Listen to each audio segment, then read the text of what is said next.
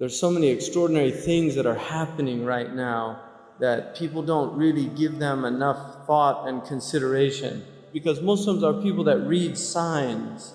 We're people that read signs. Our book is a book of signs. It's a book of ayat. And Allah subhanahu wa ta'ala gives His prophets ayat.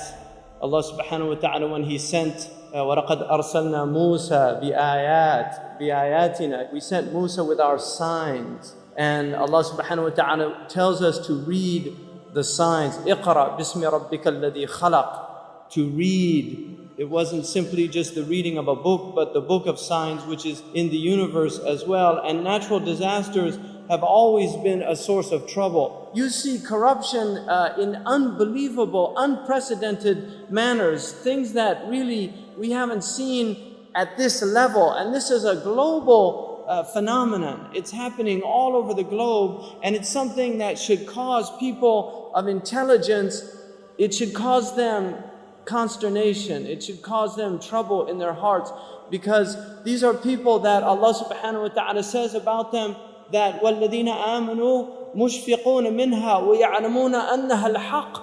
That the people who believe are concerned about the signs of the hour, the signs of the last days. They're concerned about it, and they know that it's true from their Lord. The Prophet ﷺ, in a hadith which is one of the most extraordinary in terms of purely prophetic vision, is one of the most extraordinary hadiths that we have in the literature that Ibn Abi Shaybah relates, in which the Prophet ﷺ said, إِذَا رَأَيْتَ مَكَّةَ بُعِجَتْ كَظَائِمًا. When you see Mecca, the Prophet ﷺ predicted that holes would be drilled through the mountains of Mecca, and he says, وَيَعْلُو بِنَاؤُهَا رُؤُوسَ الْجِبَالِ فَقَدْ أَضَلَّتَ السَّاعَةُ. And you see the buildings of Mecca reaching the level of mountains. You see the buildings of Mecca reaching the levels of mountains. He said, know that the shade of the hour has encompassed the planet.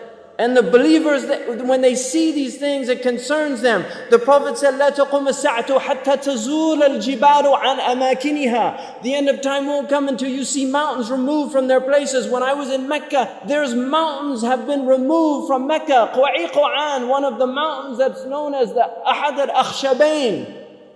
When the angels came to the Prophet ﷺ and they asked him if he wanted to see the mountains, that they would يطبقهما على Quraysh.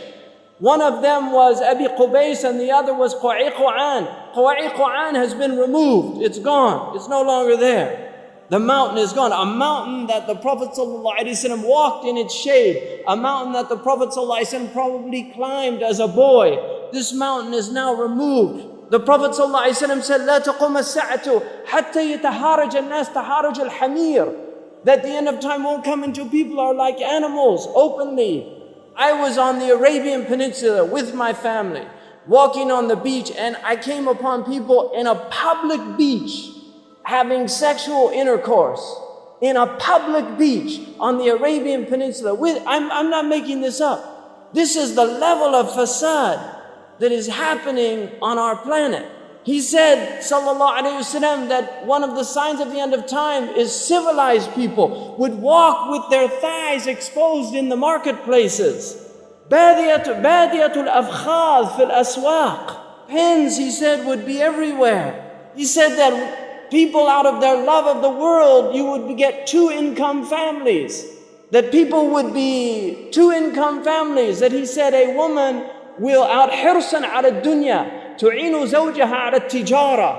Out of love for this world, she'll work like her husband to earn livelihood, neglecting the children. Some people are forced to do that, and there's no blame on that. But there's people that just out of love of dunya, they will abandon their children and go out. These are the things that are happening around us. And these are things people have to wake up, because this is a religion that calls people to wake up. What have we done that is causing this trouble? And this is something that was true of peoples all over the world. Whenever calamities confronted them, they would always ask themselves. These are people that are in touch with their fitrah, with their inherent nature. They would ask themselves, what have we done?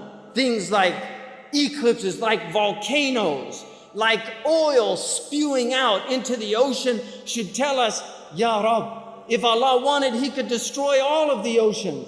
ظهر الفساد في البر والبحر بما كسبت أيدي الناس.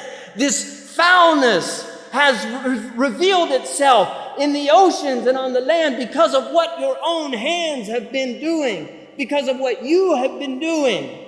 You know, they had a National Geographic and there was a group of Mauritanian fishermen and they went out to fish and they didn't catch any fish. And so, you know what they said? It's our sins. And they went to the Murabit, to the teacher, and they told him, we went out, we used to go out and cast the net, now the fish are all gone. If you want the sabab, the material reason, it's because the Japanese, the Russians, the Americans, they're fishing those waters like crazy. But still, they understood. How does this relate to us? You can blame the other, but it's happening to you. And he told them to make tawbah. This is on the documentary itself. He told them to make tawbah, to ask Allah. And they did that. And then they went out, cast their nets, and fish came into the net. That's fitrah people. Those are people of fitrah.